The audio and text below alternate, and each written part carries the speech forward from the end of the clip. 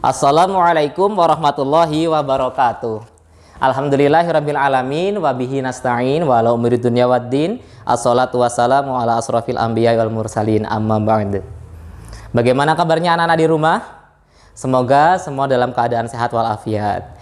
Baik, di sini Pak Hendra akan melanjutkan materi yang sebelumnya sudah disampaikan oleh Pak Agung Sudrajat berkaitan dengan alif lam.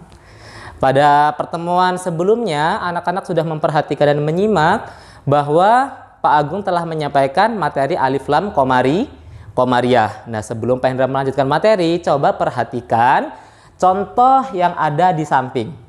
Nah, yang pertama itu ada lafal al-basiru. Al-basiru, ya, itu yang pertama. Dan yang kedua itu ada as-sawabu.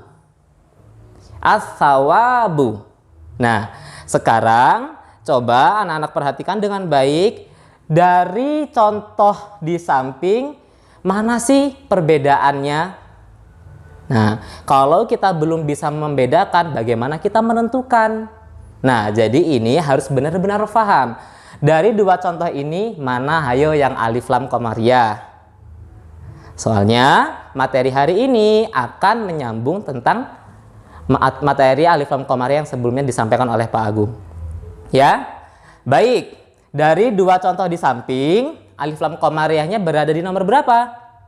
Di nomor 1. Hebat, pinter, ya. Berarti semuanya sudah pada paham. Berarti yang nomor 2 bukan alif lam komariah ya Pak Hendra ya? Bukan. Nah, itu akan kita pelajari di hari ini. Baik, Pak Hendra akan menyampaikan materi tentang alif lam syamsiyah. Oke, alif lam syamsiyah.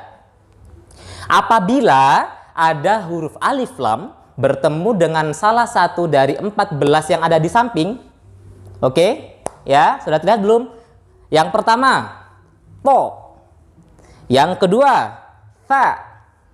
Yang ketiga, sod. Yang keempat, ro. Yang kelima, ta.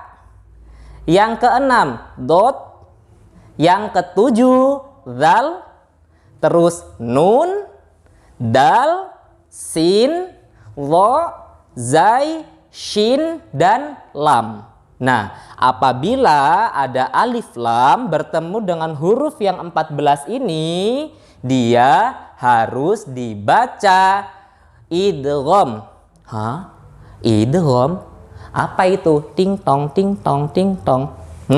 Idgham itu masuk. Nah, artinya masuk kemana Pak Hendra? Masuk ke dalam huruf yang ke-14 ini. Oke, supaya lebih paham, coba kita perhatikan contoh-contoh yang akan Pak Hendra tampakkan. Yang pertama, ini terdapat di surat Al-Asr.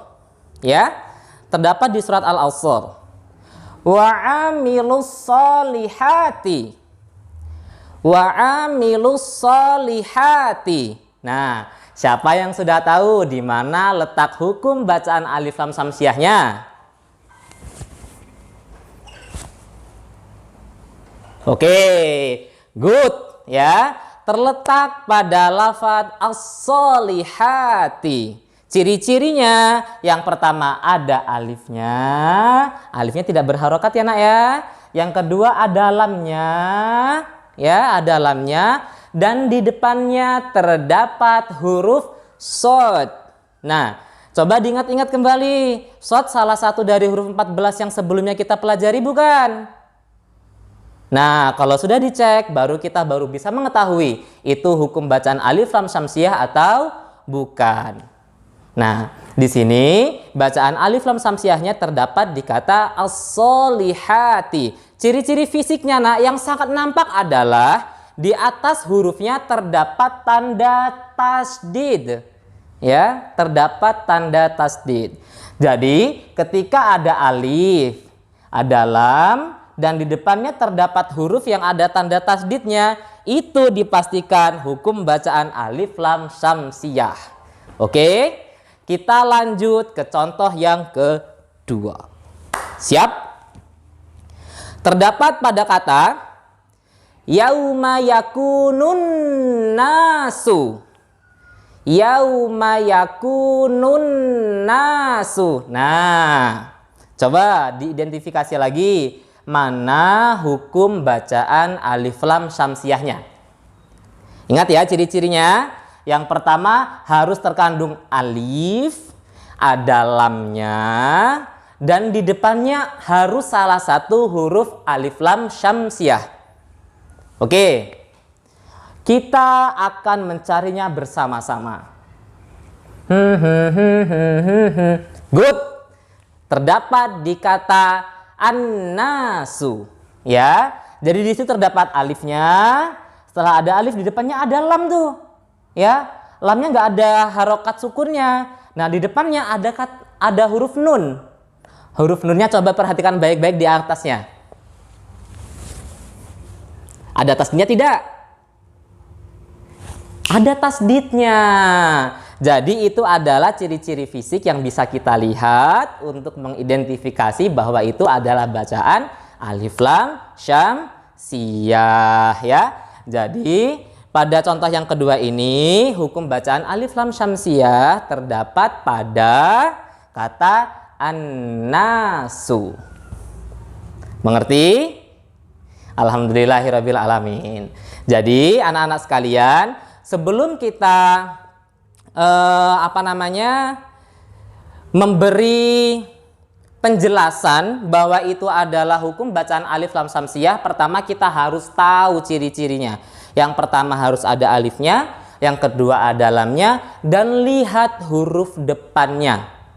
Jangan tertukar antara alif lam qamariyah dan alif lam syamsiyah ya. Memang mirip. Miripnya di mana, Pak? Miripnya terdapat alif dan lamnya, tapi di hurufnya berbeda. Mengerti sampai sini? Alhamdulillahirabbil alamin. Baik, anak-anak sekalian, setelah kalian memperhatikan materi dari Pak Hendra, setelah ini Bapak harapkan semuanya mempunyai catatan di buku tulis masing-masing. Ya, ditulis kembali materi yang Pak Hendra sampaikan tadi. Ya, apa itu alif lam syamsiyah, hurufnya apa, dan Pak Hendra telah menyampaikan contohnya apa, ditulis di buku kalian. Ya, supaya apa? Supaya ilmu itu tidak hilang. Kalian tahu tidak?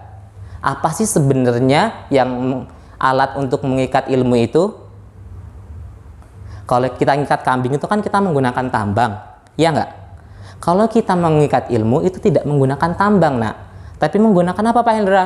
Menggunakan pena dan menggunakan buku. Nah, jadi kalian harus mempunyai catatan supaya ilmu itu tidak hilang. Mengerti?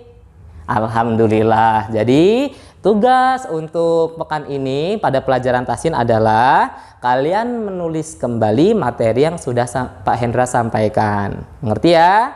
Untuk pengembangannya silahkan dicari di Al-Quran dan buku tahsinnya berkaitan dengan contoh alif lam syamsiyah. Kalau tidak paham, tanyanya ke siapa? Sama guru tahsinnya masing-masing. Siapa gurunya?